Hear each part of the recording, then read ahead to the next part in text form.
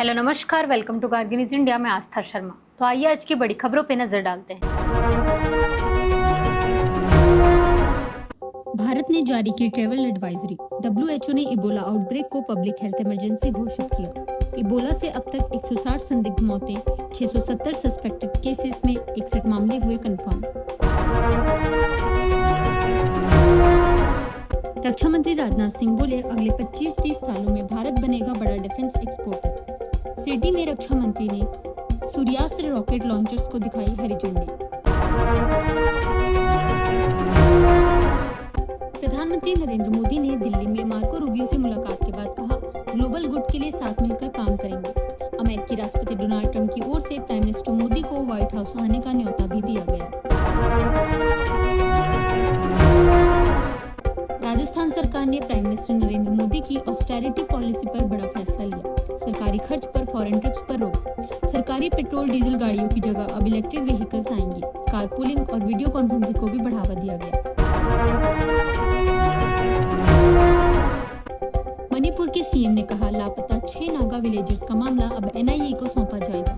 UNC delegation ने मुख्यमंत्री सचिवालय में कानून व्यवस्था को लेकर सीएम और मंत्रियों से अहम बैठक की। मार्को रूबियो ने प्राइम मिनिस्टर नरेंद्र मोदी से मुलाकात में कहा, US एनर्जी भारत की सप्लाई डाइवर्सिफाई करने में मदद कर सकती है। बैठक में ट्रेड, डिफेंस और क्रिटिकल टेक्नोलॉजी पर चर्चा हुई। प्राइम मिनिस्टर मोदी बोले, इंडिया और US ग्लोबल गुड के लिए साथ काम करेंगे। इंडियन रेलवेज ने चेन्नई सब अर्बन ट्रेन ऑपरेशंस के लिए 993 करोड़ रुपए के डबलिंग प्रोजेक्ट को मंजूरी दी। इस प्रोजेक्ट से कंजेशन कम होगा और ट्रेन संचालन बेहतर बनेगा। मार्को रूबियो क्वाड मीटिंग से पहले दिल्ली पहुंचे। भारत दौरे में बायलैटरल टॉक्स और स्ट्रेटेजिक डिस्कशंस पर रहेगा फोकस। इसहाक दार बोले, US ईरान टॉक्स में मीनिंगफुल प्रोग्रेस हासिल हुई। पाक प्राइम मिनिस्टर शहबाज शरीफ ने डोनाल्ड ट्रंप के पीस एफर्ट्स की तारीफ की।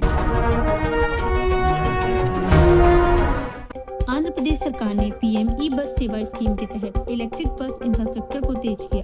राज्य में पब्लिक ट्रांसपोर्ट को मॉडर्न और इको फ्रेंडली बनाने पर फोकस।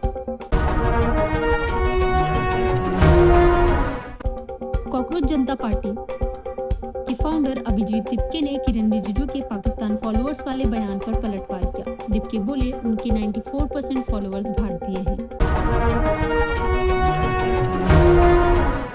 सोनम वांगचुक बोले, लद्दाख के लिए आर्टिकल 371 पर बातचीत अभी वर्क इन प्रोग्रेस पे है। सोनम वांगचुक ने कॉकरोच जनता पार्टी को भी समर्थन दिया।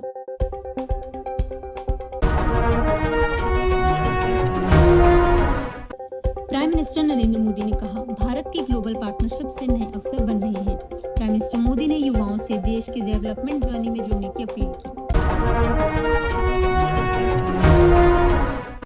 शहबाज शरीफ ने डोनाल्ड ट्रंप के पीस एफर्ट्स की तारीफ करते हुए बोले कि US ईरान कॉन्फ्लिक्ट में शांति के लिए ट्रंप के प्रयास एक्स्ट्रा ऑर्डिनरी हैं।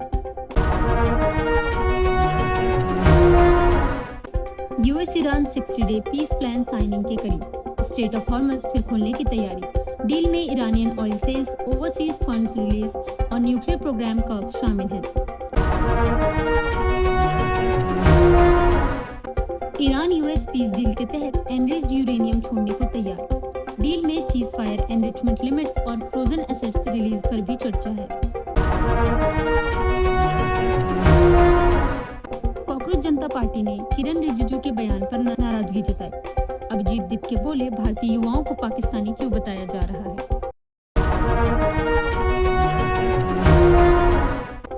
भारतीय जनता पार्टी ने बंगाल के फाल्ता असेंबली रिपोल में बड़ी बढ़त बनाई।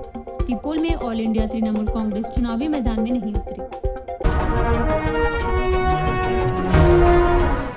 बलोच लिबरेशन आर्मी ने पाकिस्तान ट्रेन ब्लास्ट की जिम्मेदारी ली। क्वेटा के पास हुए फिदाई दिन अटैक में 30 लोग घायल हुए। MK स्टॉलिन ने कहा, तमिलनाडु सरकार DMK की मर्जी पर चल रही है। स्टॉलिन ने कहा कि विजय वेव ज्यादा समय तक नहीं टिकेगी। US ईरान टॉक्स के बीच ईरान ऑयल सैंक्शंस वेवर पर बड़ा संकेत। रिपोर्ट के मुताबिक तेहरान गल्फ अलायंस पर हमला नहीं करेगा।